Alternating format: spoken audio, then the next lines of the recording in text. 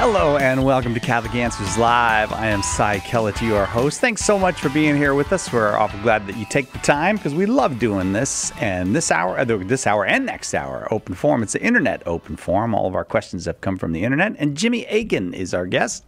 Jimmy, senior apologist here at Catholic Answers, the author of A Daily Defense, 365 Days Plus One to Becoming a Better Apologist. And the Bible is a Catholic book and a whole bunch of other things. And also the proprietor of Jimmy Akin's Mysterious World. Hello, Jimmy Akin. Hello, Cyril Kellett. Not tomorrow, but Friday, a new episode of Jimmy Akin's Mysterious World will drop. What will it be this week? Well, last Friday, we took a look at modern reincarnation research. There are researchers who investigate cases where typically a child reports memories of a past life, and they look at these and they investigate and see, well, are these supposed memories accurate or not? And then the question is, how do you explain these cases? And so this Friday, we're going to be looking at theories that could explain what are called cases of the reincarnation type.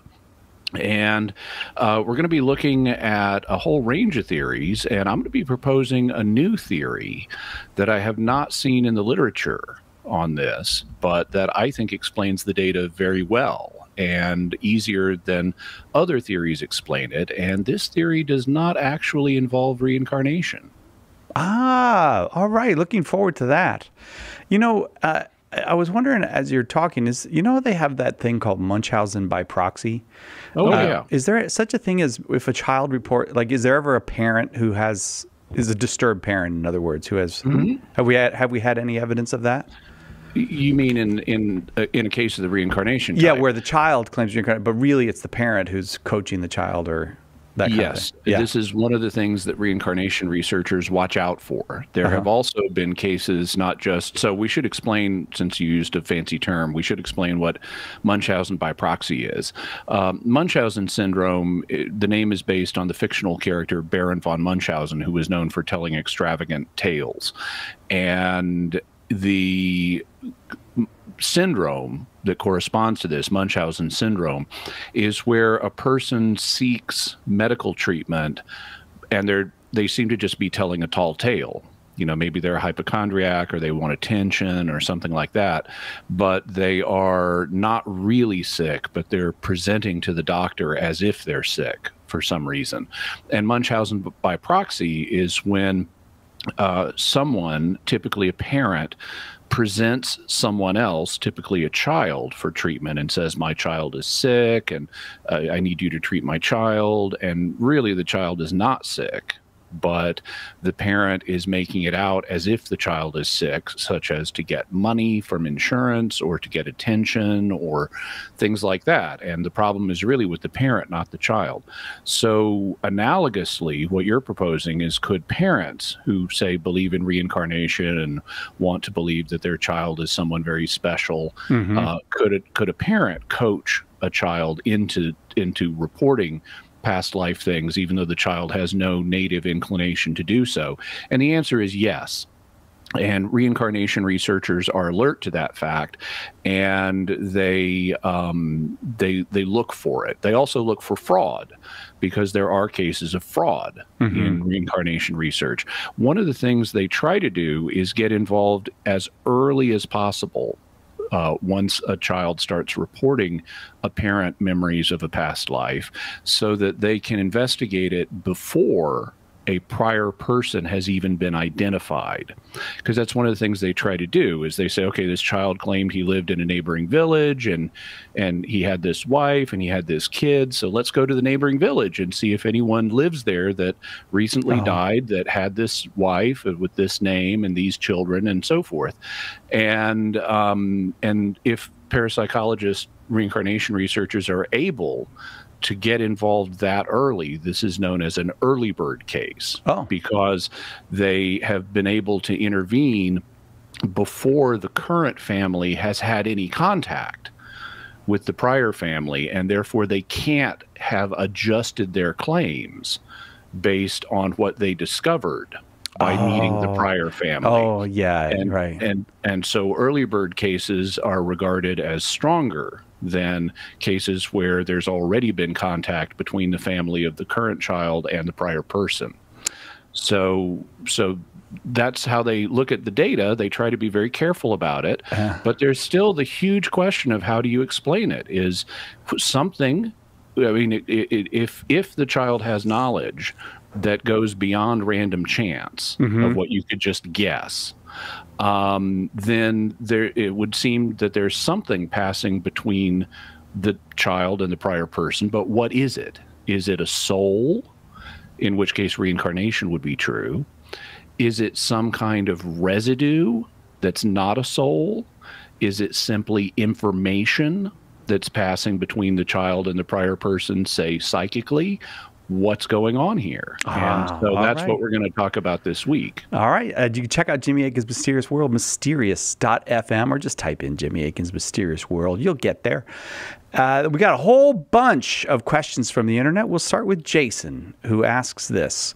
What do you make of the statement in 1 Maccabees, chapter 12, verse 21, and its accuracy? Could the Greek demonym, Danans, be for members of the tribe of Dan, so that some Greeks were once Jews? Okay, so we got two questions here. The first one is, what's the factual accuracy of 1 Maccabees 12:21? And so we need to read that. 1 Maccabees 12 contains a discussion of some correspondence between the Jewish people and the Spartans, who you may know were great warriors. And at this time in Israel's history, about 150 years before the time of Jesus, the Jewish people were in need of military allies. And so they had an alliance with the Romans. They also had an alliance with the Spartans. And they carried on this diplomacy with their allies, in part by personal visits, but also by letters that they would send between them. And so in 1 Maccabees 12, we're at a particular phase in that correspondence, and it's harking back to a letter that the king of the Spartans, a guy named Arius, had sent to the Jewish high priest Onias about 150 years earlier. And 1 Maccabees 12, starting with verse 19, says, "This is a copy of the letter which they," meaning the Spartans, "sent to Onias. Arius, king of the Spartans, to Onias the high priest, greeting. It has been found in writing concerning the Spartans and the Jews that they are brethren and are part of the family of Abraham. And now that we have learned this, please write us concerning your welfare." So you got the king of the Spartans writing the Jewish high priest saying, we discovered some writings that say we're related, that we're both descended from Abraham, and so tell us how it's going. Well, so it's certainly possible that King Arius discovered some writings that said this. That doesn't make it true. In fact, we have pretty good evidence that Jews and Spartans, who are Greeks, are not both descended from Abraham. But it's certainly possible that Arius could have discovered some writings that said that, and he was under the impression that they were related, and therefore he wrote on that basis. On the other hand, there is another possibility, which is Arius is simply, he's being diplomatic. He's buttering them up. You know, he's not really being serious that we're literally related. And this is a kind of friendship greeting. So he's speaking as if we're related. And we do similar things today. You know, I was in a truck stop the other day, and the guy behind the counter kept referring to me as brother. Oh, even though I'm not literally his brother. And so, you know, we have fictive or fictional family relations that we use as part of social discourse and being polite and things like that. Sometimes you'll hear people say, hey, cousin, even though they're not cousins, or hey, brother, even though they're not brothers. And so that's another possibility. about what's going on here. And of the scholars that I've seen commenting on this passage, nobody takes this really literally. In fact, I've even looked at old Catholic commentaries from a couple hundred years ago, and they all point out, like, this is not serious. So it could be that it's historically accurate in the sense that this is what Arius sent to Onias, and it could be historically accurate in the sense that Arius believed they were related based on documents he had read, but it's pretty universally agreed they're not really biologically part of the family of Abraham. The second question that Jason asked was about a group called the Danans. He used the word demonym, which is a demos is a people. It's where we get the word democracy. It's rule of the people. And so a demonym is a people name, the name of a people. So like American is one of your and my demonyms. Mm-hmm. Well, in some Greek literature, the Greeks are referred to as Danans. And so Jason is asking, could that mean that they were members of the tribe of Dan, which was one of the 12 Jewish tribes? And so some Greeks were once Jews. So the idea presumably would be that, after one of the exiles, like the exile of the northern kingdom to the Assyrian, when they were conquered by the Assyrians, some of the Danites migrated to the Greek peninsulas or Greek islands and became known as the Danans. And so they assimilated Greek culture, and some of the Greeks originally were Jews. Well, we don't have any indication that Danites migrated out of Israel to become Greeks. They did get exiled from their land, and we're told where they went. We're told where the 10 lost tribes of Israel went, and it wasn't to Greece. It was to parts of Iraq and Iran. So that's where you'd look if you want to find Danites. Also, there's another problem, which is that the demonym Danan is used as early in Greek literature as the Iliad, and which is the story of the part of the story of the Trojan War. And the Iliad was written by classically attributed to Homer, was written in the 700s BC. And that is too early for any Danites to have migrated to Greece and established a demonym like Danan that would have been popular enough to use in a major work like the Iliad. So the chronology doesn't work out. So it would appear that the name for Greeks, Danan, or Danan, or Danai, however you want to bring it into English, is unrelated to the tribe of Dan. Jason, what a great question to start us off with. Thank you very, very much. We'll take our first break. Be right back with more Internet Open Forum with Jimmy Akin on Catholic Answers Live. Hang on. Catholic Answers Live will return in a moment. Do you have a question but prefer to ask it privately? Catholic Questions can help.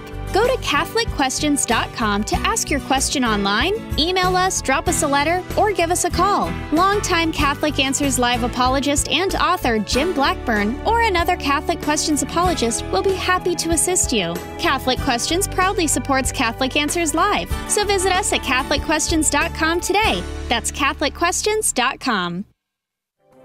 Underwriting for Catholic Answers Live is provided by Real Estate for Life. Real Estate for Life connects home buyers and sellers to real estate agents while supporting pro-life organizations.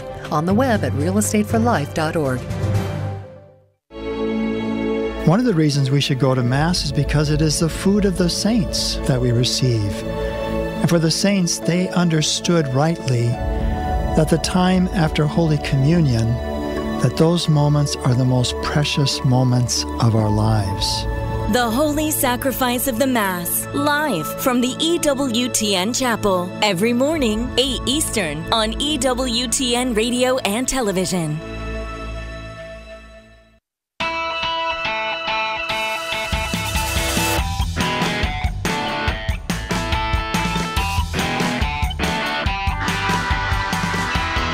Welcome back to Catholic Answers Live. It's an open forum, an internet open forum, and Jimmy Akin is here with us both hours today. And here's a question from Michael. Michael says, I understand a common answer on Catholic Answers is that the era of, quote, public revelation ended with the death of the Apostle John. Any further revelation is considered, quote, private and not binding to the faithful. My question is, why? Wouldn't the era of public revelation have ended with the ascension of Christ? If not, and original apostles could add to public revelation, then why not their disciples and the disciples of their disciples, etc.? Okay, so first of all, you will hear this on Catholic Answers, but it's not just Catholic Answers. This is not just an opinion of apologists who happen to work at Catholic Answers. This is actually church teaching. And so you'll find this in a variety of church documents, including, for example, I've seen it in works, as recently as those by Benedict XVI. So this is a standard view. You'll also find this in the Catechism. Now, it doesn't, I don't think in the Catechism mention the death of, also I should say, you will hear some people say the death of the Apostle John. That's not church teaching. There is a common view that the Apostle John was the last of the apostles to die. And therefore, it would have been at his death.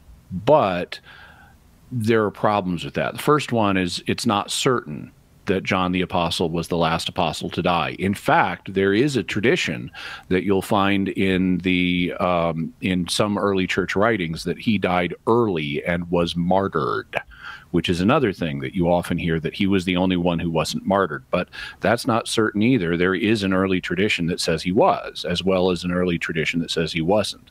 So we don't know how the Apostle John died or when.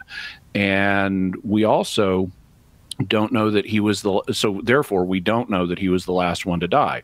Then there are, you don't want to assume that the apostles are limited to the 12 apostles, because there were other apostles that were fully apostles that weren't part of the 12, like St. Paul and St. Barnabas, who is referred to in the New Testament as an apostle. And then there are other people who are kind of on the fringe of being apostles. There are some passages that make it sound like they might be apostles, but it's not certain. And this would include people like Paul's traveling companions, Silas and Timothy. Because at some points, Paul will say things like, we apostles, and he seems to be meaning me, Silas, and Timothy. Mm-hmm. And so they're, Timothy's younger than Paul, so he could have lived into the 2nd century. So it's not really clear where the boundary with the apostolic age is. What church teaching has been is that revelation ended with the death of the last apostle or with the passing of the apostles, whoever that was. Now, in terms of the question, would the era of public revelation have ended with the ascension of Christ? Well, it could have, if God had chosen that. But in John's gospel, Jesus predicts that there's more revelation coming after his time. He says, after I'm gone, the Holy Spirit is going to take stuff that he's heard from me and the Father, and he's going to give it to you. And so he predicts that there's going to be further revelation coming after his time that sounds like it's going to be authoritative. Mm-hmm. And so that would make it public revelation. So since the age of public revelation extended beyond the time of Jesus, and another good reason to say that it did is, well, then the New Testament wouldn't count as revelation, because none of the New Testament was written before the ascension of Christ. So if the New Testament is the inspired word of God that reveals his will to us, well, then the New Testament is part of public revelation. So could it then have continued into the post-apostolic age? And the answer is yes. Yes, it could have, if God chose. He could have continued to give further revelation that is just as authoritative as what he had given previously, but the church has discerned that he chose not to do that, that there was a closure that coincided with the end of the apostolic age, and consequently, even though God does continue to give private revelation today, it doesn't have the same authority as public revelation does, and it does not add new doctrines to the faith. And that's something you will find, for example, in the Catechism of the Catholic Church. It says that Christian faith cannot accept new revelations that would claim to surpass or correct or supplement the revelation that we have from Christ and the apostles. Michael, thank you very, very much. What a great question. This next one comes from Patrick. It's an internet open forum today, and Patrick writes, I have several follow-up questions to Michael's question. In Lamentabili Sane, Pope Pius X condemned the following proposition. Number 21. Revelation constituting the object of the Catholic faith was not complete with the apostles. Was there any magisterial precedence for this condemnation? Do you want go ahead? Yeah, let me do that part. Okay. So notice what it says, revelation constituting the object of Catholic faith. So this would be things all Catholics are expected to believe. So it's not private revelation. He says that he's condemning or rejecting the proposition that wasn't complete with the apostles. And was there any magisterial precedent for this? Well, I haven't looked it up, but I'm sure there was. Certainly, it was the common theological opinion for going all the way back to the 2nd century that this was the case, and I'm pretty sure that this got elevated from theological opinion to church teaching prior to the time of Pius X, but I'd have to do some research to verify that. Okay, and then he asks, after the publication of Lamentabili Sane, many theologians restated the condemned position as a positive statement. Revelation was completed with the death of the last apostle. But in more recent years, some theologians are stepping back from that positive statement. If public revelation did not end with the death of the last apostle, is there a definite time, event, or condition which closed the era of revelation? You want me to continue? Okay. Yeah, go ahead, continue. Okay. Could you walk us through the steps to show how revelation was completed with the death of the last apostle? It is not infallible teaching, if that is the case? Okay, so Patrick had a little slip of the tongue in saying that that many theologians have restated the condemned proposition as a positive statement. What they've actually done is restated the condemnation as a positive statement. So instead of saying this is wrong, they flip it around to say something true, which is revelation was completed with the death of the last apostle. Now, he says that some theologians are stepping back from that positive statement, and I'm not sure who he's thinking about or what alternative position they would be advocating.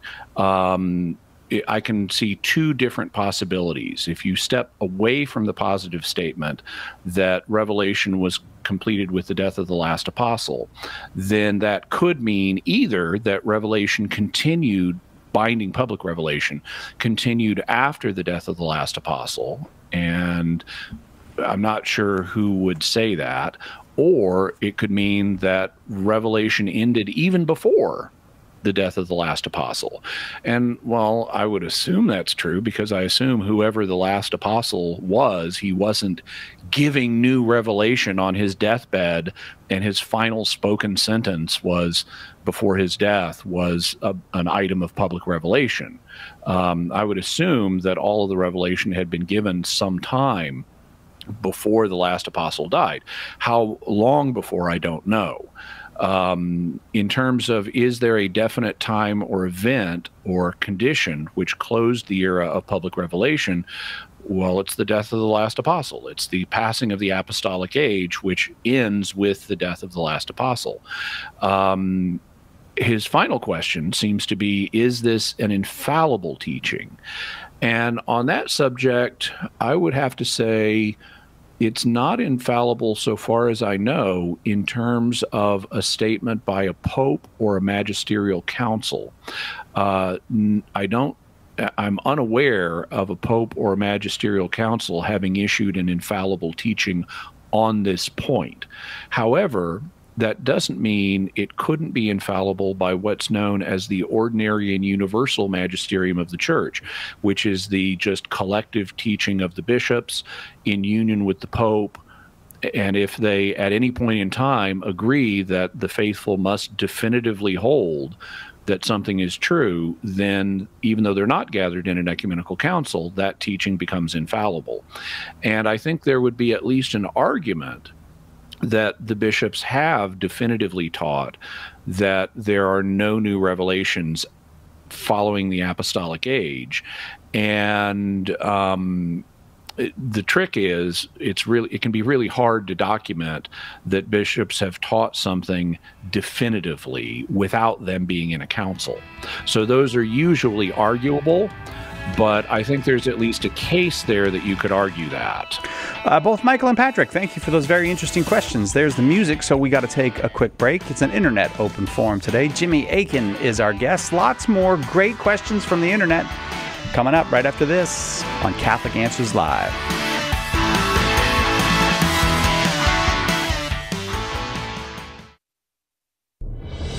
When the resurrected Jesus appeared to disciples on the road to Emmaus, they didn't recognize him until the breaking of the bread. The same is true today. In the Holy Eucharist, we really meet Jesus. In The Eucharist is Really Jesus, author Joe Heschmeyer explains how knowing Jesus in the Eucharist is the key to understanding all of Christian faith. Order your copy of The Eucharist is Really Jesus today at shop.catholic.com or get it at a good Catholic bookstore. Our Lord needs articulate defenders of the truth to spread the joy of the Catholic faith. Catholic Answers monthly giving club, Society 315, helps you fulfill the call in 1 Peter 3:15 to always be prepared to make a defense for the hope that is in you. For as little as $10 a month, you'll help Catholics grow in faith, bring lapsed Catholics home, and lead non-Catholics to the truth. Go to casociety315.com and join today. Is relativism dead? It sure seems dead. Each day, new moral demands are made, and they are presented to us as absolutes. Everything, from transgender ideology to physician-assisted suicide, is presented as a moral good that all right-thinking people must accept. But Catholic Answers' own Carlo Broussard says look deeper, and you will see today's moralism is just relativism dressed up in new clothes. Carlo's eye-opening book, The New Relativism, shines a light on how the sacred moral teachings of this age cover up a deep denial of moral truth. Order your copy of The New Relativism today at shop.catholic.com and be prepared to defend the truth against aggressive relativism. The New Relativism at shop.catholic.com or ask for it at a good Catholic bookstore near you. Hi, this is Janet Williams. We embrace the essence of feminine spirituality on Women of Grace tomorrow at 11 a.m. Eastern here on EWTN Radio. Now, back to Catholic Answers Live.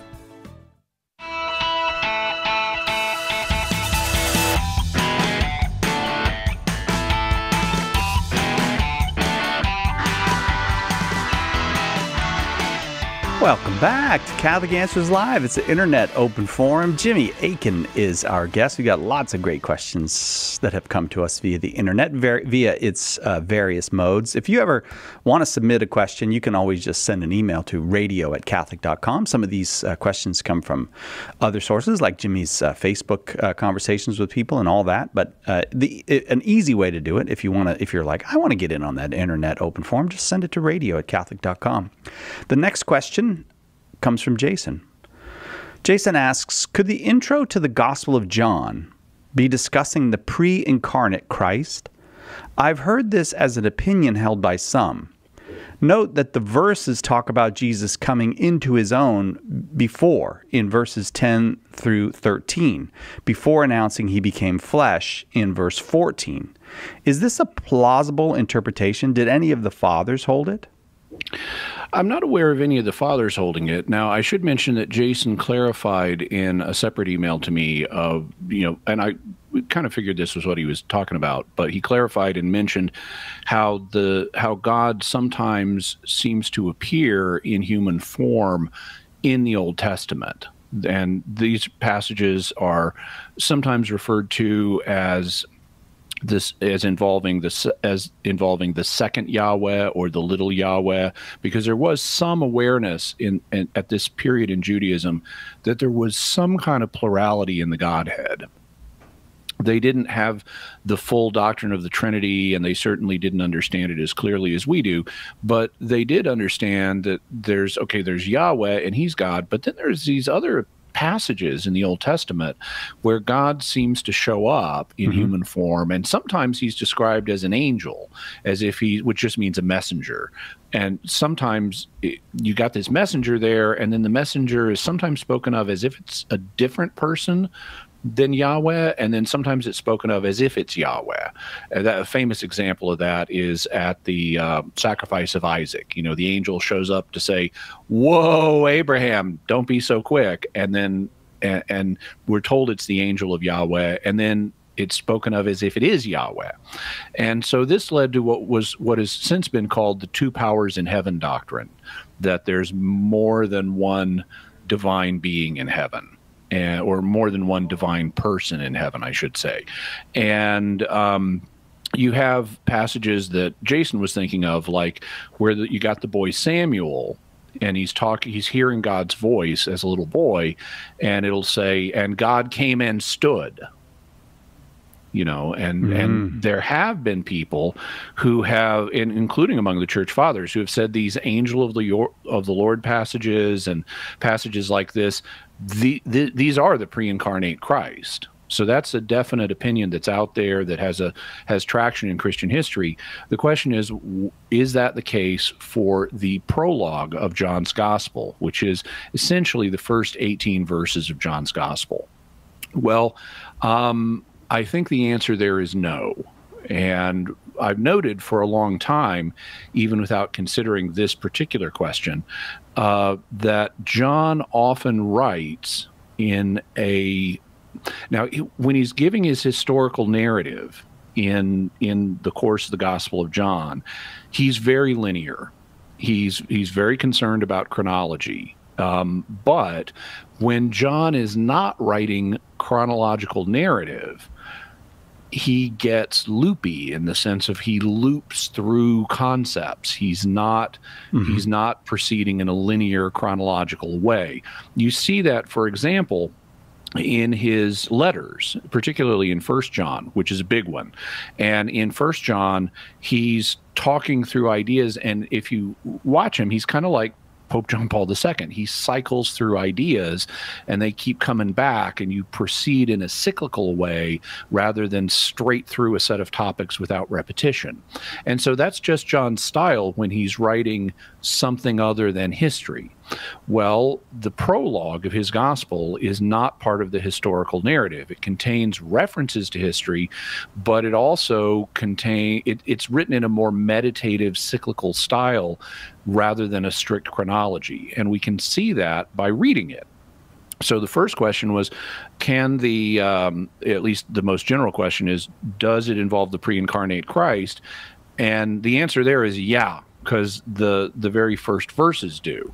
In the beginning was the Word, and the Word was with God, and the Word was God. He was in the beginning with God. All things were made through him, and without him not anything made that was made. In him was life, and the life was the light of men.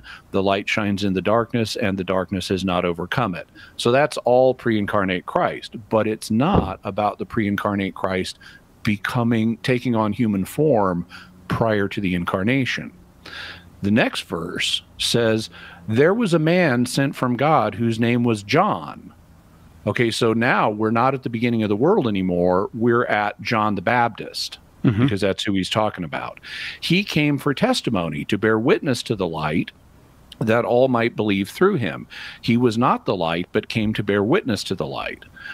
The true light that enlightens every man was coming into the world. Okay, now he's backed up again because Jesus came into the world at his birth. And so you can see how we're moving. We're at the beginning of the world, and we're at John the Baptist. Now we're kind of we're back at Jesus' birth. He was in the world, and the world was made through him. Now we're back at the beginning of creation again. Yet the world knew him not. He came to his own, or to his own home, and his own people received him not. Okay, well, that doesn't really describe what happened in these second Yahweh situations in the Old Testament. They did receive him. Samuel received him. Abraham received him. They honored him. So we don't have the Jewish people collectively rejecting the second Yahweh prior to the time of Christ. So that would seem to be talking, verse 11 would seem to be talking about the ministry of Jesus. But to all who received him, he believed in his name. He gave power to become children of God, who were born not of blood, nor of the will of the flesh, nor of the will of a man, but of God. And the Word became flesh. So now we're back at the incarnation of Christ again. And dwelt among us, full of grace and truth. We have beheld his glory, glory as of the only begotten Son of the Father. So that's the first 14 verses, and you can see we're jumping all over the place in terms of when we're talking about. John has this cyclical, meditative style of writing when he's not doing straight historical narrative. And so I think, if you look at the fact that John the Baptist gets mentioned before he starts discussing the incarnation, and before the verses that Jason cited, I think it's clear that that's the frame of reference we're talking about. He's not really talking about stuff that happened in the Old Testament after the creation. He's talking about the creation and kind of general things that apply to everybody, like every man gets this light, but then he's specifically talking about the incarnation of Christ and the appearance of John the Baptist. Thank you very, very much, Jason, for that question. On we go. This one comes from Jeremy, and it is pithy. Jeremy asks, the book of Jonah, history or parable? Well, there's some evidence for both, and scholarly opinion is quite divided on this subject. Many scholars, particularly in the last century or so, including quite conservative ones, have concluded that the book of Jonah is sort of a parable. And there are other books that in the Bible, like Tobit and Judith, that are very clearly parables. With Jonah, though, it's not quite so easy. Now, one thing we should note, Jonah is not written in the first person. So this is not a book like Isaiah where the prophet is saying, I did this and then I did this. It's all third person in Jonah. Jonah did this, then Jonah did that, and then he did this. And so it presents itself as if it's being written by someone other than Jonah. If it was first person narrative, it would be less likely to be a parable. But since it is third-person narrative, there's more of a possibility of it being a parable. People will also point to the big fish that swallows Jonah as evidence that this is a parable. But I don't find that really persuasive, because there are cases where people have been swallowed by whales and live to tell the tale. Call me Ishmael. Although actually the big whale in that, it doesn't end well for Captain Ahab, I'll put it that way. You're giving it away. Oh, man. And that book just came out in the 1800s, and you're giving it away. In general terms only. All right. I don't mention what Ahab does with his arm at the end, for example. So I don't think that's decisive. And then we have the fact that we have independent attestation to the existence of Jonah. If you look in 2 Kings 14:25, which is a historical book, it mentions the historical existence of the prophet Jonah, who's the son of this particular guy, and it's the same name. So we have independent attestation that Jonah was a real individual. Now, there are clear theological lessons that are being taught in Jonah through the prophet's experiences. So I think it's fair to say that it is a clearly didactic book. It's meant to teach you lessons by example. But I think it's it's also ancient, so it's not history in the modern sense. But I don't think we can safely say that it's simply a parable. I think you can safely say that about Tobit and Judith, and I respect people who would say it about Jonah, but I think that we can't say it confidently. So I think there's evidence for this. You can argue it's a parable. You can also argue it's history. You could argue it's something in the middle, that it's a didactic narrative that is based on historical events, but that we might not want to take every element of it literally. So I would kind of put it, failing decisive proof one way or another, I would tend to say, well, it could be either, and it could be this middle thing. A story that is based on historical events, but also contains notable didactic elements or teaching elements that may mean not everything in it is to be taken strictly literally. Jeremy, thank you very much for that question. That brings us to the break. We'll take a quick break, be right back with more Internet Open Forum with Jimmy Akin on Catholic Answers Live. Hang on, we'll be right back with more Catholic Answers Live. The Catechism defines evangelization as the proclamation of Christ and His gospel by word and the testimony of life. But what does that look like in real life? It looks like St. Paul street evangelists out in the public square sharing the good news. We're a Catholic nonprofit that starts conversations by handing out free sacramentals. Then we employ our method of listen, befriend, proclaim, and invite. Catholic Answers is supported in part by St. Paul Street Evangelization. Visit streetevangelization.com to learn more. Carry the faith wherever you go. Catch up with the latest news from Washington, D.C., the Vatican, and the world on all of our EWTN news platforms, including EWTN News Nightly, the National Catholic Register, and the world over. Download the EWTN app at EWTNapps.com today.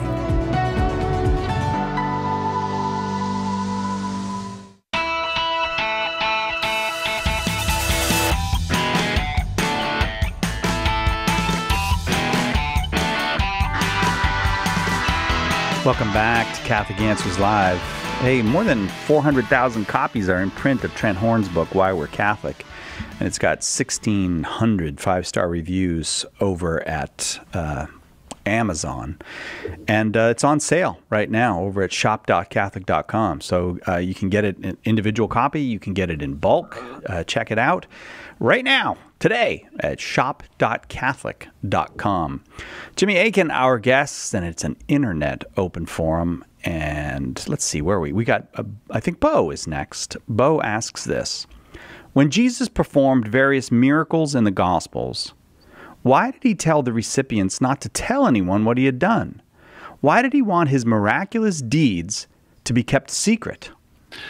Well, the first thing to say is Jesus did this on some occasions, but he didn't do it on all occasions. And one of the things that you discover if you do a careful study of this is when he told people to keep quiet about it, he was in Jewish territory.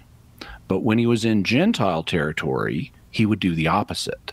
So, for example, when he goes in across the Sea of Galilee into Gentile territory and he encounters the Gadarene demoniac, okay, this guy's a Gadarene. He's not a Jew.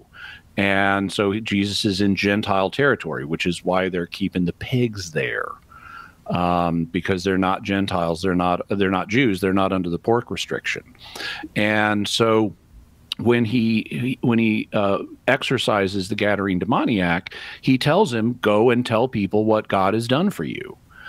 And it's only when he's in Jewish territory that he says to keep it on the down low. So why would that be? What would explain that difference? Well, it would presumably have to do with the different reactions that Jews and Gentiles will have to Jesus doing divine miracles. What are Gentiles going to do? Well, Gentiles, some of them may worship the God of the Jews, but not exclusively, usually. And so if you're told to go tell people about it, you're being told to go tell what the God of the Jews, the true God, did for you. So this is going to be a form of evangelization, and that's how it'll be taken in Gentile territory. But now let's suppose Jesus did the same thing in Jewish territory, where every time he healed someone, he said, go tell everybody about this. He would be mobbed. In fact, we read about him being mobbed, for example, in Capernaum, where after he exorcises another demoniac in the synagogue in Capernaum, which I've actually been to. You can go to this synagogue today, I mean, the ruins of it, but it's pretty impressive. And then he goes over to Peter's house, and you can also go to Peter's house in Capernaum. I've been there too. And it says that, and he heals Peter's mother-in-law, and then it talks about how people started bringing all kinds of sick people and demoniacs and the paralyzed guy. They started bringing all these people to Jesus, and it mentions they couldn't even eat a meal because they were being mobbed. And Jesus didn't want to be mobbed all the time. It would prevent him from being able to travel around and conduct his itinerant ministry. And he even tells the disciples in various places, let's get out of here. Let's go be alone for a while. And the people still follow him. And that's without him encouraging this behavior. So if he had told everybody, go publicize what I've just done for you, it would have just made the problem all the more worse, because Jewish people are going to have a very different reaction. They're going to mob him and impede his ministry. And they're going to try to do something else. They're going to try to make him king, because they perceive him as this miracle-working Messiah who's going to kick out the Romans and be our new king.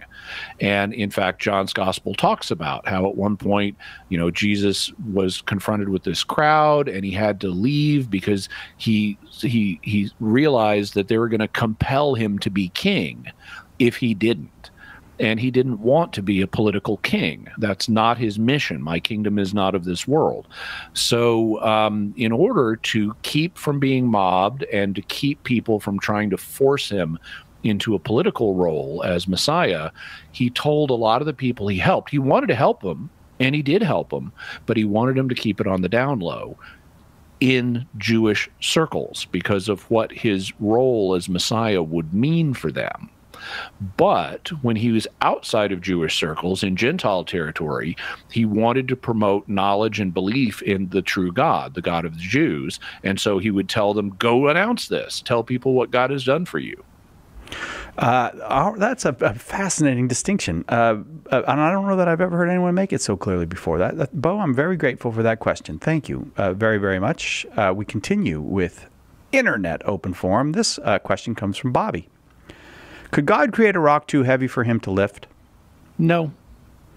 This question comes up a lot, and it has been recognized for centuries that the answer to this is no. For example, Thomas Aquinas explains that God can do he's omnipotent, he can do anything as long as it doesn't involve a logical contradiction.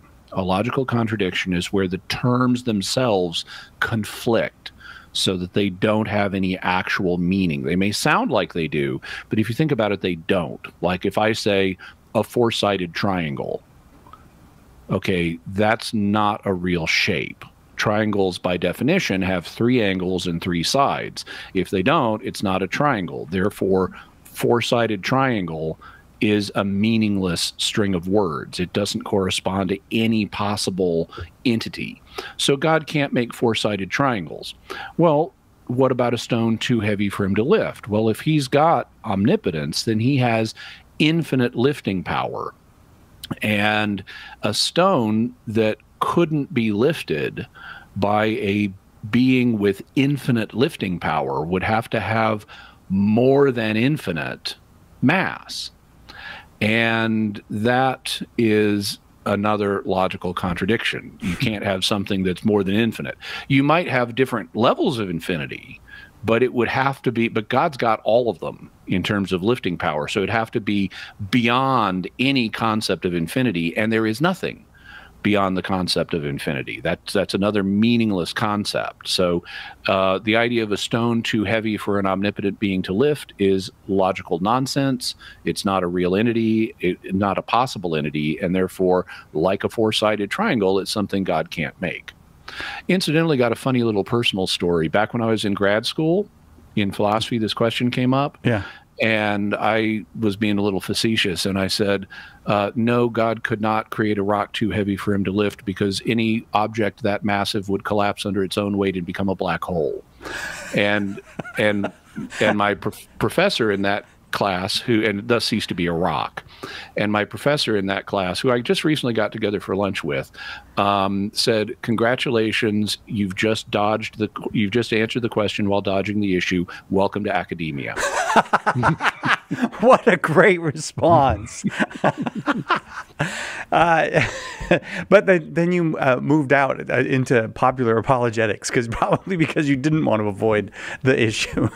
Bobby, thanks. I was being facetious even then. Yeah.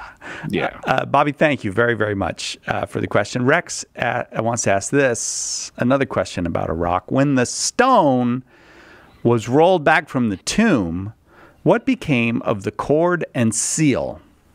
Okay, so there's no mention of a cord in the Gospels.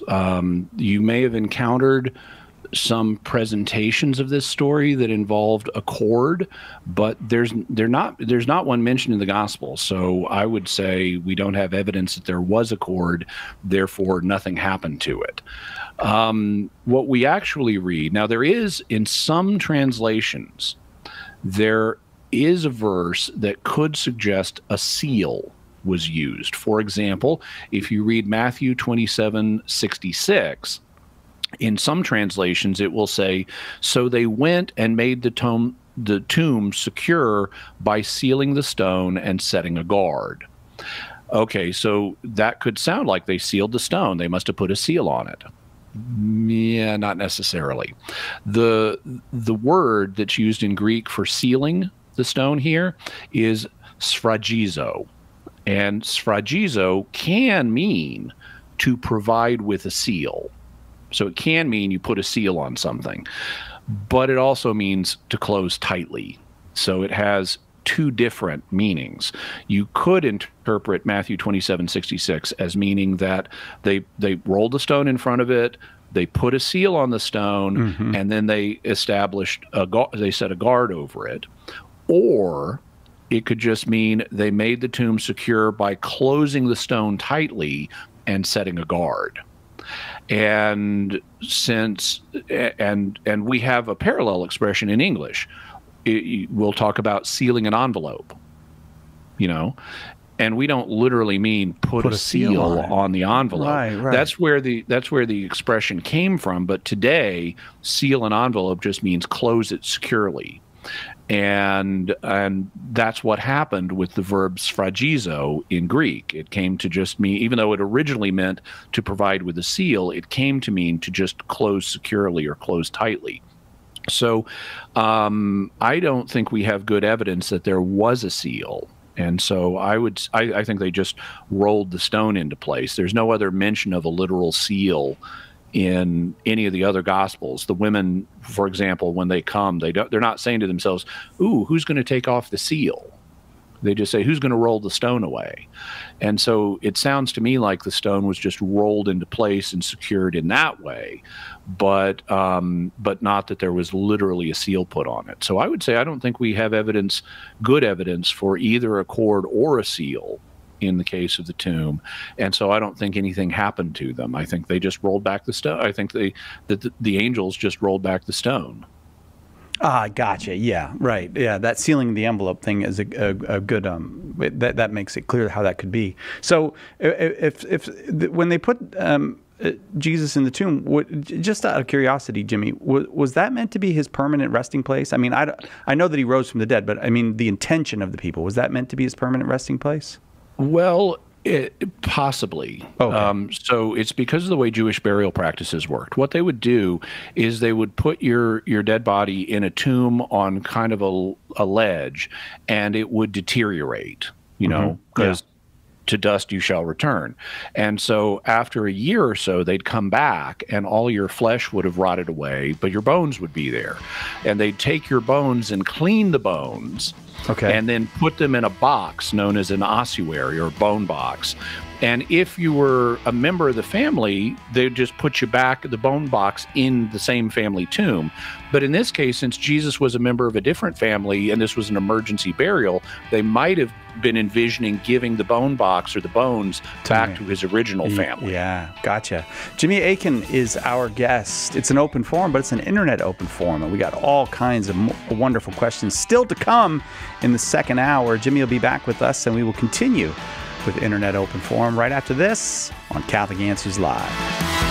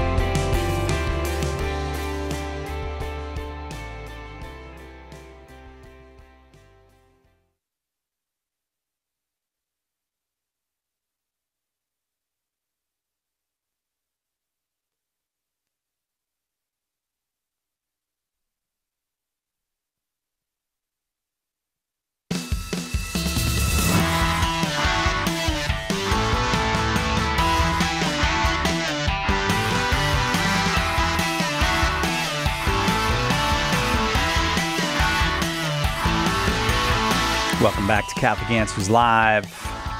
It's an open forum.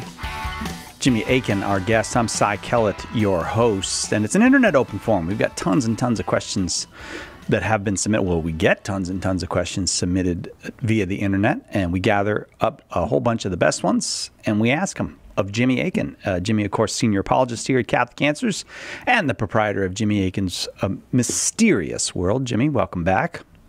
Oh, happy to be back. Well, thanks for doing it. I really have enjoyed the questions so far, and I have to be honest with you. I looked ahead a little bit, so I'm looking forward to some. Did you? Yes, I did.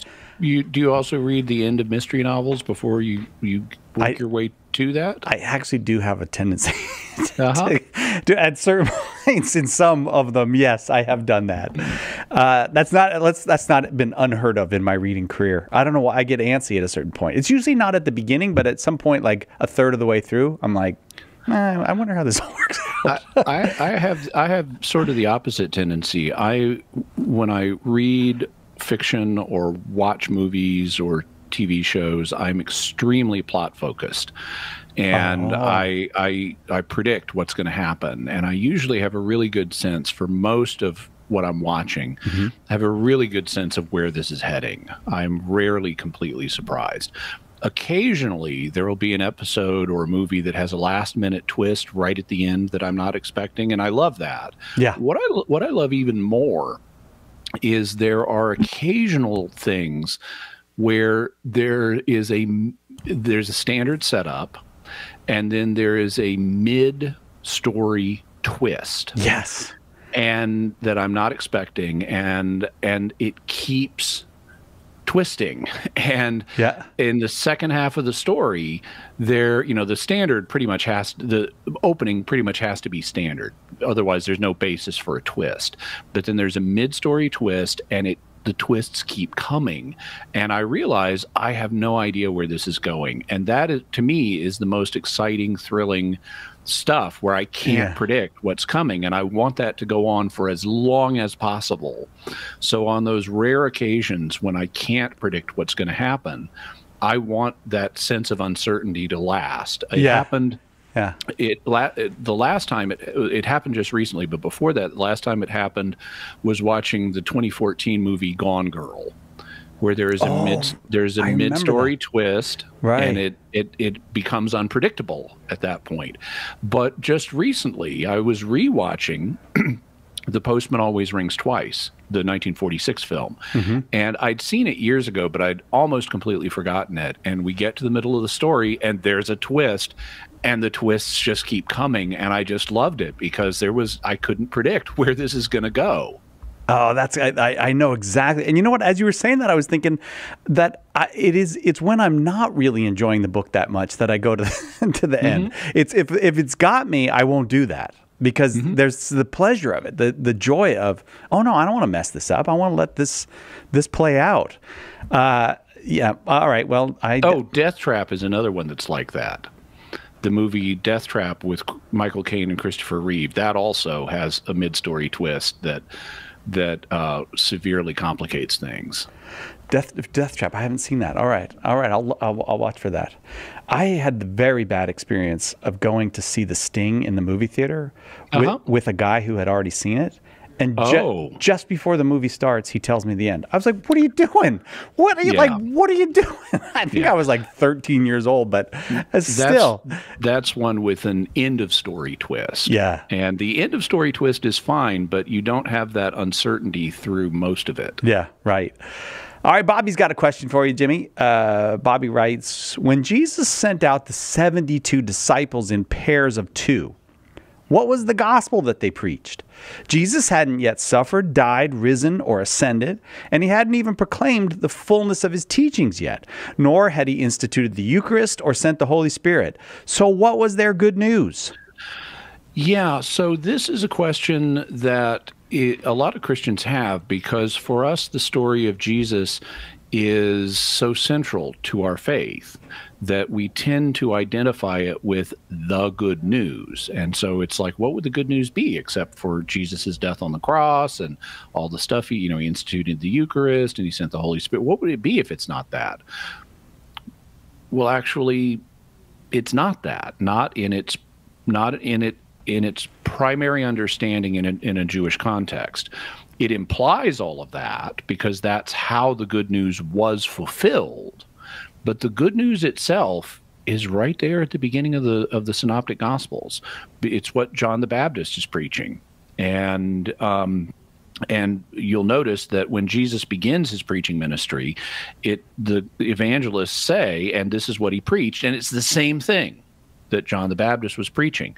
So properly speaking, in its primary conceptualization, the good news is that God's kingdom is coming, and that God's kingdom is going to triumph over the kingdoms of darkness and the nations of the world, and they're all going to become gods. It's like in the book of Revelation, it's announced the kingdoms of this world have become the kingdom of our Lord and of his Christ, which is also in the Hallelujah chorus. It's one of the best parts. And or I should say in Handel's Messiah, and it's one of the best parts of the Messiah. But I'll refrain from singing it now. But we have the same thing in the Gospels, where it's not just the good news or the gospel of God's kingdom, but specifically God's Son has a role in that kingdom. And so the good news is and John the Baptist talks about this. He talks about this one who's coming after me, who's going to be greater than me. That's part of John the Baptist's message too. So God's kingdom, the emergence of God's kingdom was to be accompanied and implemented by the coming of the Messiah, of God's Son. And so, because he's the human king of God's kingdom. And so that's the basic gospel message. God is not leaving us alone. He's bringing his kingdom into the world that incorporates the Messiah as king. And what they didn't realize was it was going to involve the Messiah suffering and dying and sending the Holy Spirit and all that. They didn't have a clear understanding of that. But the basic good news that John the Baptist preached and that Jesus preached and that Jesus taught to the disciples, including the 72, on their preaching mission was the imminent arrival of God's kingdom, including the Messianic King. Thank you for that question, Bobby. Great question. I think we've got time for another one before we have to take the break, so I will go to Brad's question. Brad wants to know this, Jimmy. Why does God permit the damnation of souls that he created? Well, there are several ways of answering this. Fundamentally, because he gave them free will. He wants people to love him, and to love others. Love is God's highest priority. The two great commandments are love God and love your neighbor. So that's clearly God's highest priority. But he doesn't want to just program people to behave lovingly. He wants love to be freely chosen. And that means giving them free will. And so if a person misuses their free will to become unloving, to not love God and not love neighbor, then God won't force them to do so, and he won't force them into union with him, which is what salvation is. What damnation is self-chosen alienation from God. And so he'll let people have their choice on that. Now, there are other related questions you could ask, like why would God create someone with foreknowledge that they're going to choose to misuse their free will? That's a separate question, and I've answered it multiple times, so I won't go into it here since you said we're getting close to a break. But if you Google Jimmy Akin, why would God create a soul knowing it's going to be damned, you'll get at jimmyakin.com you'll get an explanation of the different possible ways of understanding that. Thank you very much, Brad, for the question. We will take that break. Be right back with more Internet Open Forum with Jimmy Akin right after this. Stay with us for more Catholic Answers Live. Underwriting for Catholic Answers Live is provided by Magnificat. Published monthly, Magnificat features daily Mass, prayers, articles, and meditations in step with the liturgical rhythm of the Church. On the web at magnificat.com.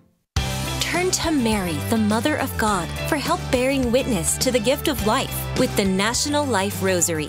Designed exclusively for EWTN, the unique centerpiece and crucifix represent the reality that all life is sacred and begins at conception. Help build a culture of life with the National Life Rosary, available now at EWTNRC.com. EWTN is the Global Catholic Network.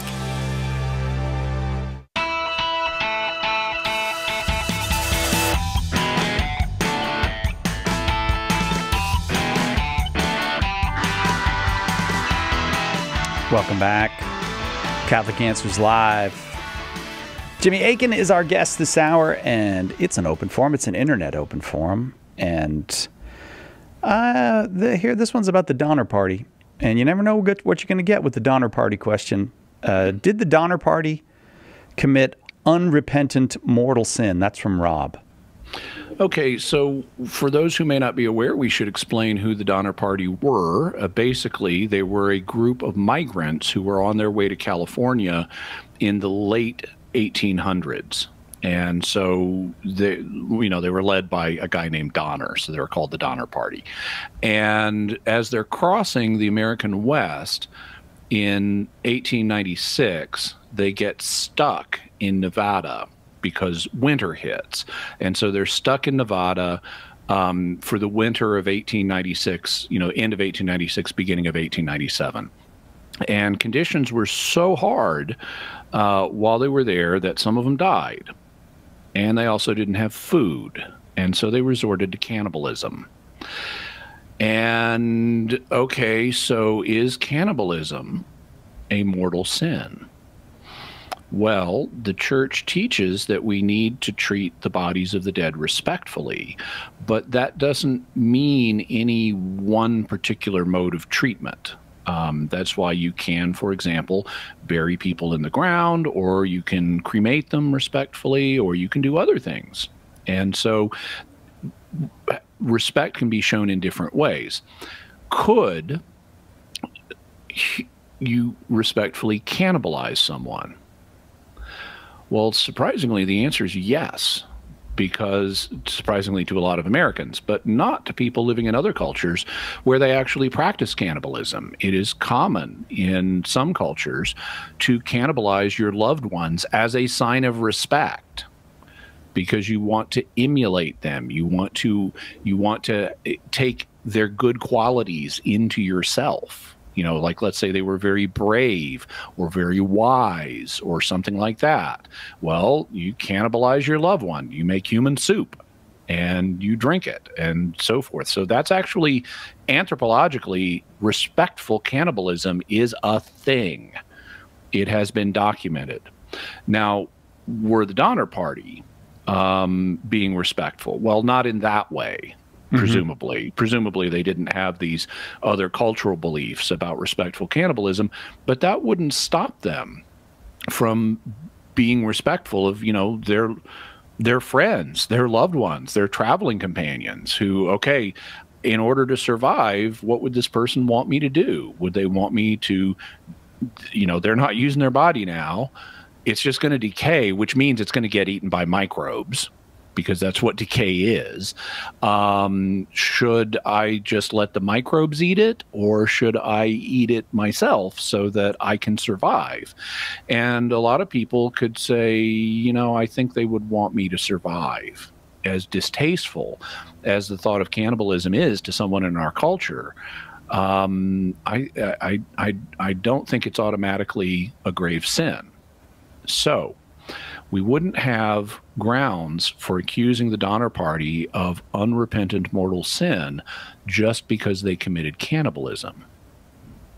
What about other grounds? Well,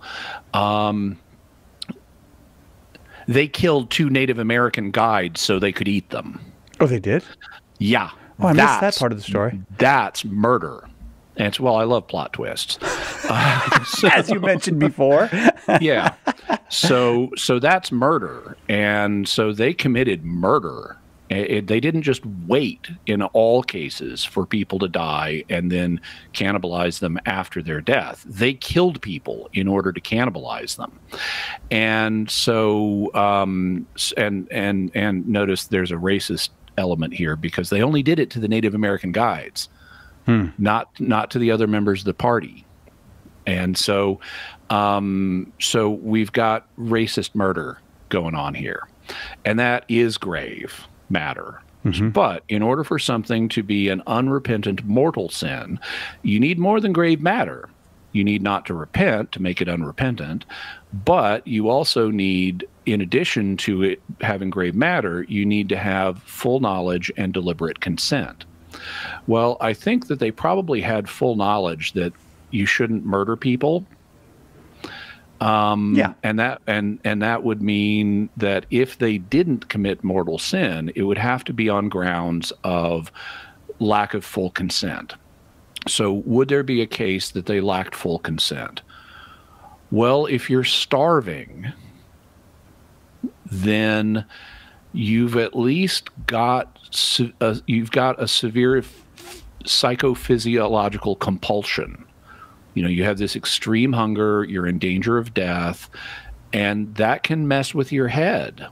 So I think it's arguable that when they committed murder, they did so under an extreme form of compulsion that may have deprived them of the kind of deliberate consent, because they were just so desperate, that would be needed for a mortal sin. So I think it's arguable that they committed a grave sin by murdering these people, but it may not have qualified as a mortal sin due to the desperation they had, providing them with such a severe compulsion they lacked full, deliberate, normal, rational consent. However, I only think that's arguable. I don't think that's certain. I think you could also argue, now I don't know the details of the situation, but I can envision someone being really hungry and desperate, and yet still knowing and having sufficient deliberation to say, I'm not going to kill this person in order to eat them. And so I think it's arguable that it is a mortal sin in their cases, and I think it's arguable that it's not. And this ultimately goes to what we always point out, which is we can't judge someone else's heart. I don't know the state of their heart. God does, but I don't. So assuming they did have sufficient deliberation to commit a mortal sin when they killed these two people, was it unrepentant? That I don't know. Yeah. The ones who survived, they didn't all die that winter. So at least I don't believe they all did. And even if they did all die that winter, they may have repented before they died. So and as they say, between the bootstrap and the ground, pardon sought is pardon found. So if you're in a desperate situation and you appeal to God for his mercy, you can have some confidence in receiving it. So I can't say that they committed unrepentant mortal sin. What I can say is they did commit grave sin and racist grave sin when they murdered two of their Native American guides in order to eat them.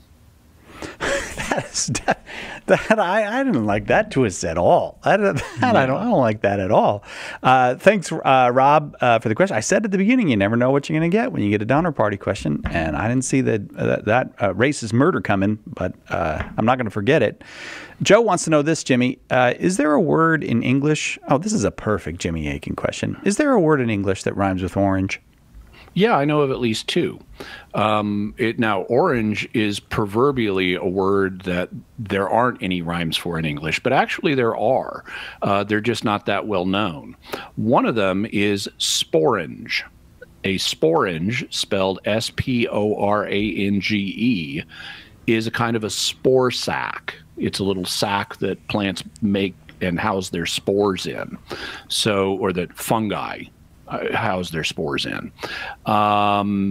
Another is blorange, and this is a real word, B-L-O-R-E-N-G-E. It does sound like just a pretend word. Yeah, but it's not. Blorange is a mountain in Wales, so there's a Mount Blorange. All right. So there you go. Sporange and Blorange both rhyme with orange. Blorange sounds like if you asked a 3-year-old what rhymes with orange. That sounds like the answer you would get to that question. All right, there you go, Joe. You got your answer. This one comes from Joseph, and Joseph wants to know this. Who is Joseph in this prayer?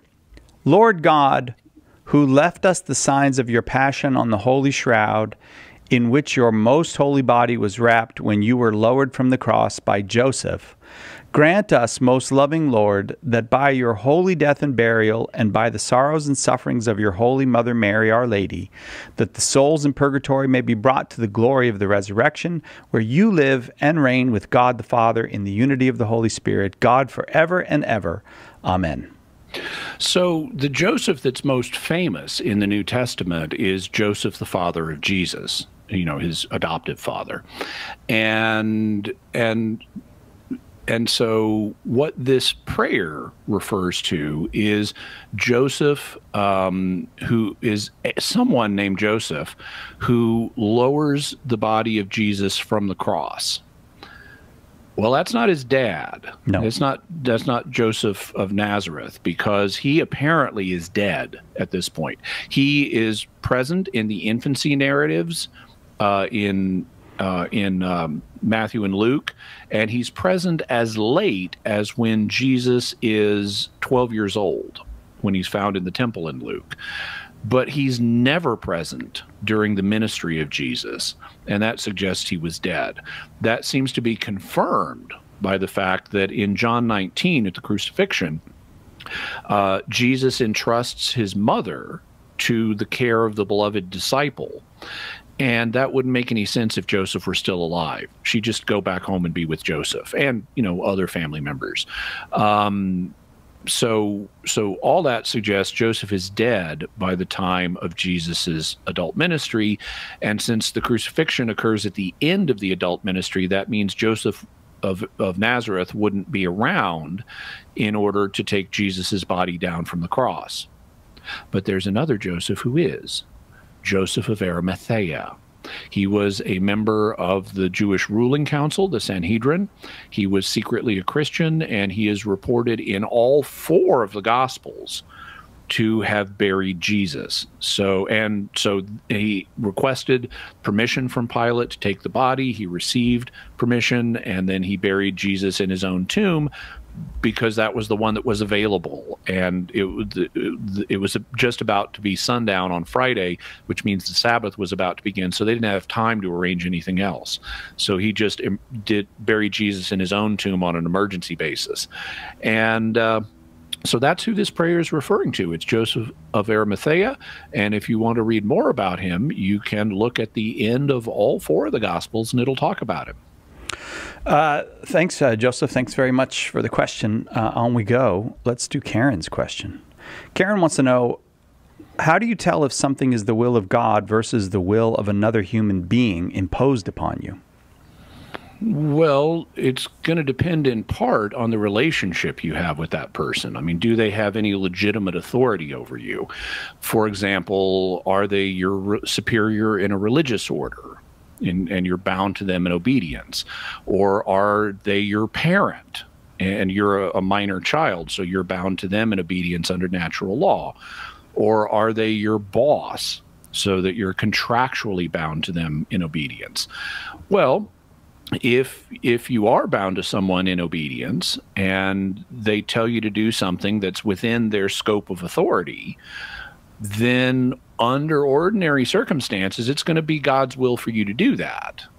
They may be making a mistake. They may be telling you to do something that's not the best thing. But as long as it's not sinful, then, or severely damaging in some way, then ordinarily it's going to be God's will for you to do what they tell you.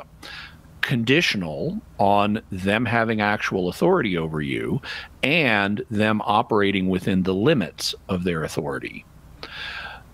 On the other hand, what if they don't have authority over you? Well, someone can tell you it's God's will that you must do this, and that's their opinion, but that doesn't make it God's will because they don't have authority over you. So you can listen to their arguments as to why they think it's God's will and decide if they're good arguments or not. That involves using critical thinking. But there's no magic test for discerning, is something definitely God's will if God hasn't told us? Some things are obviously God's will because he's told us, thou shalt not commit adultery. So committing adultery, that's not God's will. Not committing adultery, that is God's will. But in other cases where God hasn't given us a specific directive, it's a matter of opinion, and that gets sorted out by things like applying principles from moral theology, using critical thinking, and even experimenting with a situation and seeing, well, does this work or not? Is God blessing my efforts along these lines?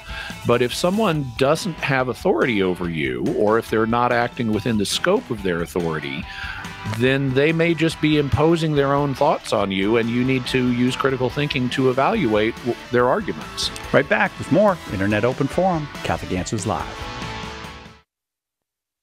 Excitement is building for Catholic Answers Annual Apologetics Conference, I Believe in God. There's still time to join us September 21st through 24th in sunny San Diego as we welcome Scott Hahn and an all-star lineup of speakers, as well as your favorite Catholic Answers apologists.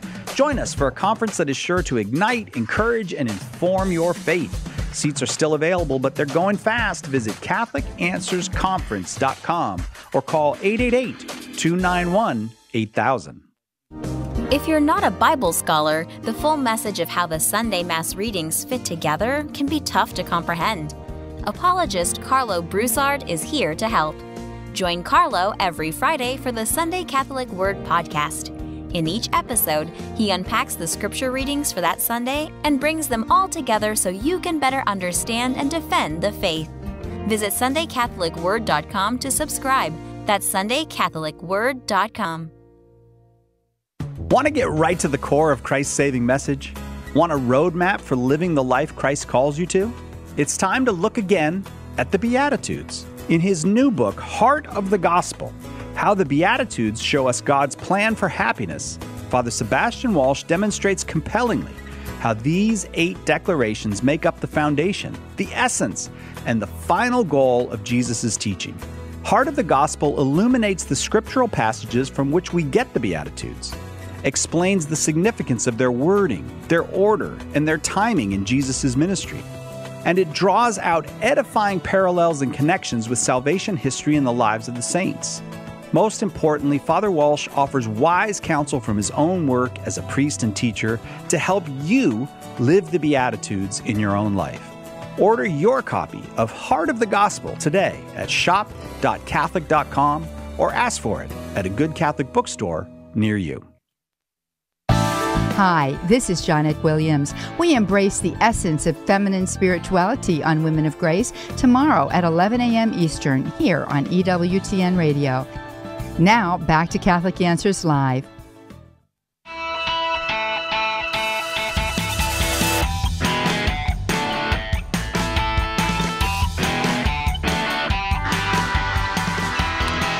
Welcome back to Catholic Answers Live. Probably having more fun than is technically allowed on a Tuesday, but it's Internet Open Forum, and that's a lot of fun. Jimmy's here with us. Lots and lots of great questions. And this one comes from Karina. Is there a definitive theology concerning wealth? And if not, why not? Okay, so I'm going to answer this question on a couple of levels. The first one is there a definitive theology? And the answer is no, because theology is never definitive. Oh. Theology is different than church teaching. Church teaching is doctrine, but theology is the attempt to understand God based on his revelation. And that's different than what the church authoritatively teaches. So classically, doctrine can be definitive. The church can infallibly proclaim something and say this is definitely true, and everyone is bound to believe this definitively. But that doesn't happen in theology. Theology is a matter of opinion. Now, what can happen is the magisterium may take something from theology and elevate it to the status of doctrine. It could take an idea, let's say, proposed by theologians, like maybe Thomas Aquinas or someone, and say, okay, now this is church teaching. And it could even say, and it's definitive. So it becomes an infallible church teaching. But as long as that hasn't happened, if it's still theology rather than doctrine, then it's not going to be definitive. It's going to be a matter of opinion. And so there's not a definitive theology concerning wealth or any other subject, because theology is the realm of opinion. Is there a definitive doctrine concerning wealth? Well, there's certainly doctrine concerning wealth. The church has social teaching, and it points to private property being a legitimate means and often a preferable means of facilitating the proper use and exchange of resources or wealth. On the other hand, there are other teachings concerning the proper use of resources or wealth, like we need to make adequate care for the poor and the disadvantaged and people like that. There are just wage teachings. So there are a variety of different doctrines that concern wealth. So far as I know, other than thou shalt not steal, which itself has fuzzy boundaries because not all taking of property counts as stealing. I'm not aware of any that would be definitive. Some of them may be very highly authoritative. Others that are recently proposed are going to be much less authoritative, but I'm not aware of anything that's definitive. Now, not everybody uses the word definitive in the sense that I'm using it. So are there strong teachings regarding wealth? Yeah. Thou shalt not steal, and that's obviously a strong teaching. I think you can even argue that one could be definitive, although with an asterisk, because there are some situations that are not stealing that look like stealing. But I guess that's kind of a summary of the area. If you want what the church teaches, you want to, on concerning wealth, you want to look at the social doctrine of the church. And a number of years ago, there was a volume that came out known as the Compendium of the Social Doctrine of the Church that you could check out there's going to be a range of different levels of authority in that. Generally speaking, the more recently something has been proposed, the less authority it has, and the longer it's been taught, the more authority it's going to have. And beyond that, if you want to have a kind of a more full-orbed articulation of a theology of wealth, that's going to be in the realm of opinion, but there are Catholic writers who have undertaken such things. Karina, thank you. But none of them are definitive. Thanks very much for that, Karina. And it's an internet open forum. We got time for more questions before we have to go to a break. So we'll go to Mandy's question. Help me out with this elusive hold hands orans posture versus no change in posture during the Our Father for the laity. If both are allowed now, what would be the reason in favor of doing the hand hold orans posture? Okay, so I should mention, now Mandy says if both are allowed now. I assume what she's referring to is a position paper that was announced by the National Conference of Catholic Bishops in the Philippines earlier this summer. And so that, to the extent it has any legal force, is going to apply to the Philippines. It's not going to apply to other countries because the Philippine bishops don't make decisions for other countries. Similarly, and there are other provisions in other countries. In Italy, for example, it does have an option for the laity assuming a particular posture with their hands during the Our Father, but that's Italy. That's what the rubrics say, not for the universal church, but for Italy. And there it's just an option. It's not required. So what about here in the United States? Well, the U.S. bishops have not made any provision regarding this, and so we're left with what universal law says, which is the law that applies to all of the Latin Rite, unless special provision has been made in particular locations. And in universal law, it doesn't refer to the faithful doing anything with their hands during the Our Father. It does refer to the priest assuming the orans position. Orans is a Latin, all of a sudden I'm blanking on the grammatical term, not preposition. I don't know. Anyway, it's a verbal noun, and it means praying. And so participle. That's what I was going for. It's orans is a Latin participle that means praying. And so what you would have in the ancient Christian church, based on presumably Jewish practice, is people would stretch out their arms and pray. And we see them doing this, for example, in early Christian art, like in the catacombs. And so this is having your arms outstretched is the traditional Christian praying position. Having your arms outstretched and grabbing other people's hands, though, is not the orans position. That's a third position. Now, what the rubrics in the Rite of Mass say is that during the Our Father, the priest is to stretch his hands out. He is to assume the orans position. And in recent times, some laity have been imitating that, and sometimes they also grab hands with each other, which is a third posture, and then sometimes at the concluding doxology of the Lord's Prayer, they lift their hands up, which is a fourth posture. And none of these postures are indicated for the laity, and so this has led to a dispute. Now, on the one hand, canon law says that that everyone is to observe the liturgical books faithfully without adding, deleting, or altering anything in them. And since these additional postures would be adding or altering something, because the laity are not told to do them, you could argue that the laity shouldn't be doing this, at least under universal law. Local individual locations can have particular law where it is permitted, like Italy I mentioned. So there's an argument for not doing these things. Also, you're imitating a posture that priests are directed to do. And one of the things that's also mentioned in the general instruction of the Roman Missal is that, or at least in various liturgical documents, is that the laity are not supposed to imitate the priest. So that's the argument against. Is there an argument for?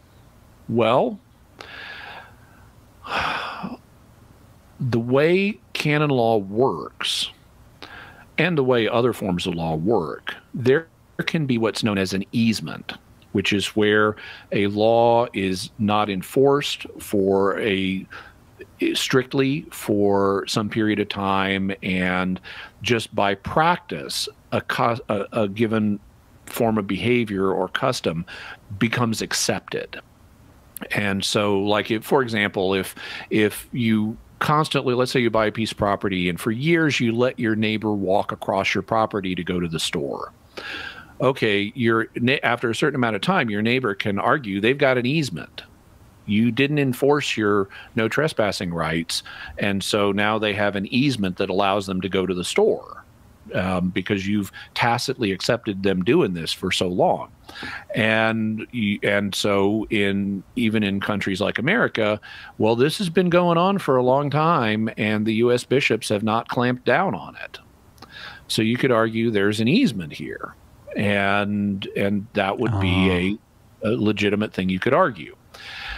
I think that there's another perspective that needs to be taken into consideration here, and this has been articulated by the canonist Edward Peters.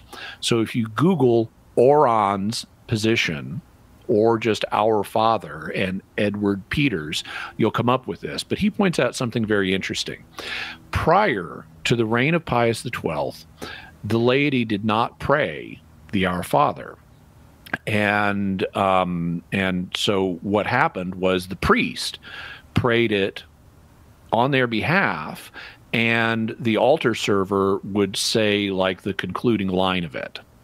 but the congregation as a whole did not pray it. And so prior to the time of Pius XII, this was viewed as a priestly prayer.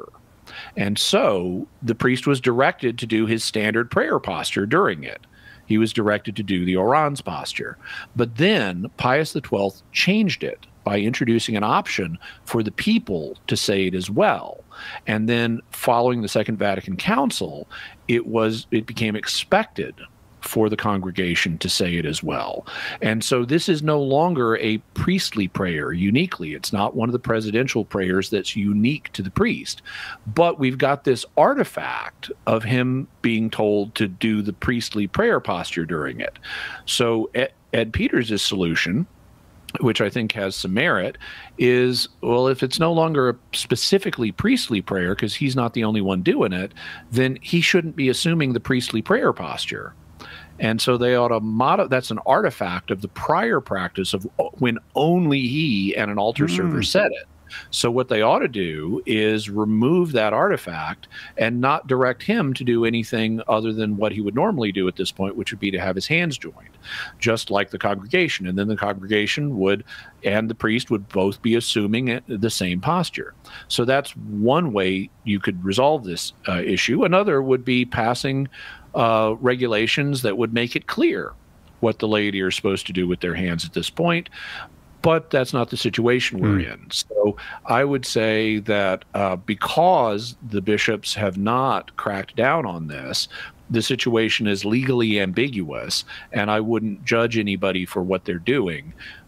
Just don't grab my hands, because germs, okay? Mandy, if you find yourself next to Jimmy at Mass, you know what to do. Other than that, you're on your own. I keep my hands to myself. As do I. That's just much more comfortable for me. I don't know why, but it never seems to bother anybody. I don't fuss about what they do. They don't fuss about what I do. Oh, I've had at my elbow little fingers grabbing me on my elbow. Yeah. Mandy, thanks very much for the question. That brings us to the break. So we'll take the break. Be right back with more Internet Open Forum with Jimmy Akin. You're listening to Catholic Answers Live.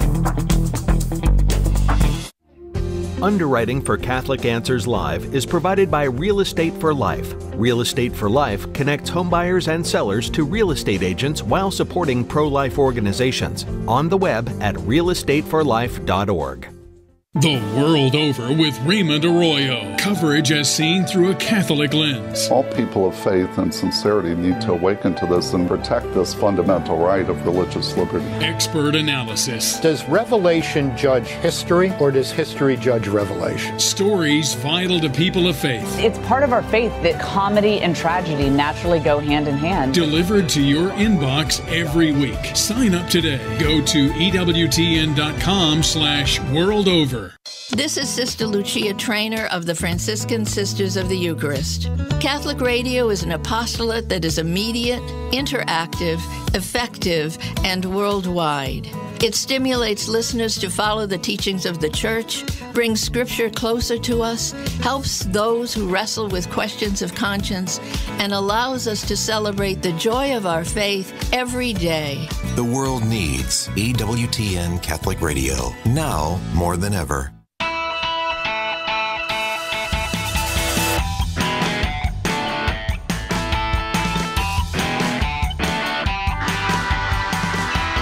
Welcome back to Catholic Answers Live. Having fun with Jimmy Akin with a whole bunch of questions from the internet. It's an internet open forum. Jimmy Akin, of course, senior apologist here at Catholic Answers, the proprietor of Jimmy Akin's Mysterious World, where this week the topic will be, it'll be the second, did you say the second of two on reincarnation? On modern reincarnation research. Last Friday, we looked at what modern reincarnation researchers have found, what the data is. And this week, we look at the theories that could explain that data. And I propose a new theory that I have not seen in the literature that does not actually involve reincarnation, but I think explains the data really well.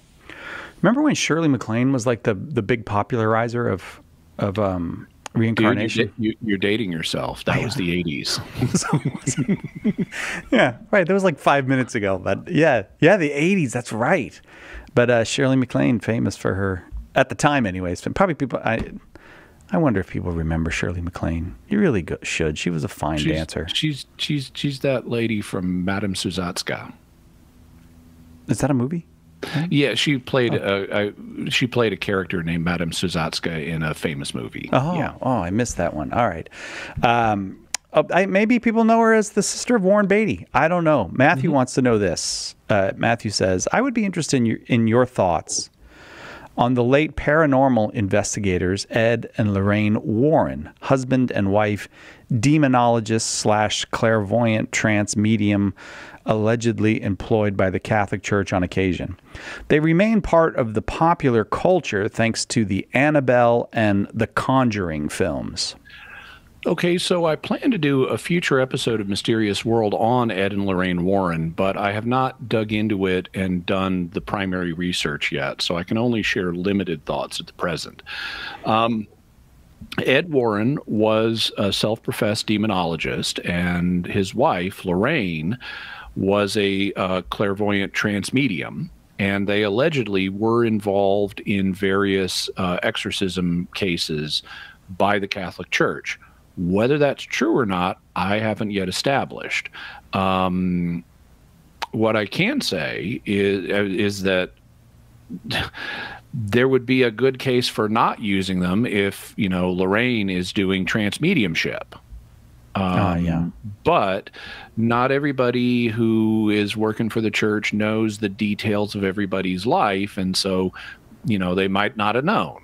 Or they might have been cutting corners, or they might have used them to a limited capacity,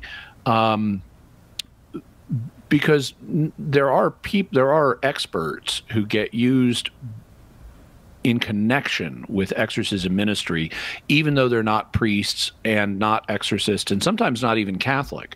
I know a non-Christian, in fact, who has an expertise in demonology, who has actually been called in to consult as a consultant on various cases based on his scholarly expertise. And I'm not going to say a lot about who it is because he hasn't publicly, out of concern for his privacy, but he has serious expertise on demonology and medieval writings on it from an academic perspective. And even though he's not a Christian, in respect of his academic expertise on this subject, he gets brought in to consult sometimes. And so I can imagine scenarios where, surprising as it might be, Ed and Lorraine Warren might have actually been called in to consult or something. And I don't know whether that happened. I don't know if they had permission of the bishop to do that, or if it was just something that happened without permission. That's all stuff I have to research in the future. What do I think about them as a couple? Well, my own impression is I'm not particularly impressed. And I can also say that among at least the parapsychologists I know, they don't have a particularly good reputation. They don't seem to have been careful in the research that they did. They seem to have an attraction for the sensationalistic and a lack of use of critical thinking, and just some bad results. Like they thought the Amityville horror was real, and it wasn't. It was a hoax. I'm also going to have a future episode on the Amityville horror where we talk about that. Also, they had this supposedly cursed doll called Annabelle, and there's no really good evidence that Annabelle is a cursed doll, but they built it up into a big thing. And so, my opinion of Ed and Lorraine Warren at present is not very high, but I will be doing research on them, and we'll see whether that research confirms or disconfirms my present fairly low opinion. All right. Thank you very much for the question. That question came from Matthew. We appreciate that, Matthew. This one comes from Michelle. Michelle wants to know, how can we counter Protestants who name the same tired insults regarding the Blessed Virgin Mary as Mother of God, as well as the false claims that we worship her? Well, we get this question a lot here at Catholic Answers, and so rather than go through it all in detail in the closing moments of the show, I'm going to recommend some resources. If you go to Catholic.com and type in Mother of God, and you may want to add the word Protestants to it, you'll get a bunch of resources for free online that will help you answer that. And one of the things you should point out is that actually this is not a distinctively Catholic belief. Protestant theologians, as opposed to some of the laity, but Protestant theologians tend to accept this. They recognize, okay, Jesus is God, Mary is Jesus's mother, therefore Mary can be described validly as the mother of God. That's simple transitivity. And even though there are some nuances that you have to understand, Mary is not older than God. Mary did not create God. She did have God in her womb, and therefore she is the mother of God in that sense. And this is widely recognized by Protestant theologians, including the reformers like Martin Luther and John Calvin. So you may have some pushback on this idea from some Protestant laity and even a few less educated pastors, but the more careful scholars, even in Protestantism, tend to support this. When it comes to the claims that we worship her, well, okay, point out that we don't. We don't worship her in the sense of her being God. You, Michelle, as a Catholic, recognize that the Virgin Mary is a creature. So she's finite. She may be a very special, important, finite creature. But, and we want to show her respect because Jesus said, well, the Ten Commandments say, honor your father and mother. And so Jesus certainly honored his mother. And if Jesus sets our example, we ought to honor his mother too. In fact, she says under divine inspiration in Luke chapter 1, behold, all generations are going to call me blessed. So that's what we're doing. We're acknowledging and celebrating the blessings that God gave Mary, but we're not claiming that she's a deity. And so just point out, I don't worship her as a deity. That's not what's going on here. And you can also type in Mary and worship at Catholic.com, and a bunch of resources will come up to help you for free. Thanks, Michelle. Thank you very much for the question. This one comes from Mark.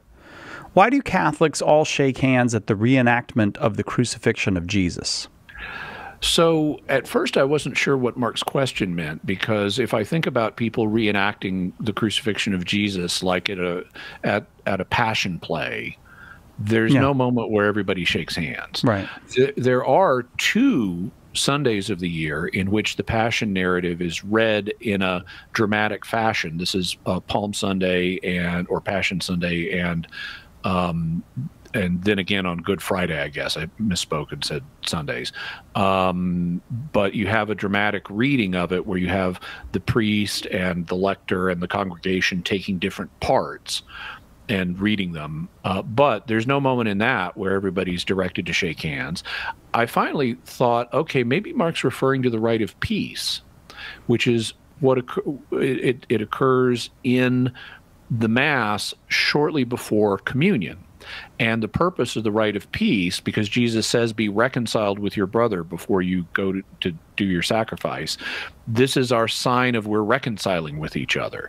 And in some places, at some times, that has taken the form of handshakes. That's not mandated. There's no specific mandated form that the rite of peace takes, other than saying to the priest saying, peace be with you, and everybody saying, and with your spirit. But the deacon or the priest can then call on people to exchange a sign of peace. And that can be anything. It can be a nod, it can be a bow, it can be a hug, it can be a wave. Personally, I use the Vulcan salute. People did before COVID, tend to shake hands more or hug more, and they tend to especially still hug in families. I think shaking hands is less common post-COVID because germs, but it does happen, and when it happens, it's because we're signifying our reconciliation with each other as people prior to going to receiving our Lord in communion. Mark, thank you very, very much for the question. I hope you'll stay in touch with us because it does seem that you have an interest in the Catholic Church. Jimmy, that was a very quick 2 hours for me. I know you did all the work, but that was very pleasant. Thanks for doing that with us. My pleasure.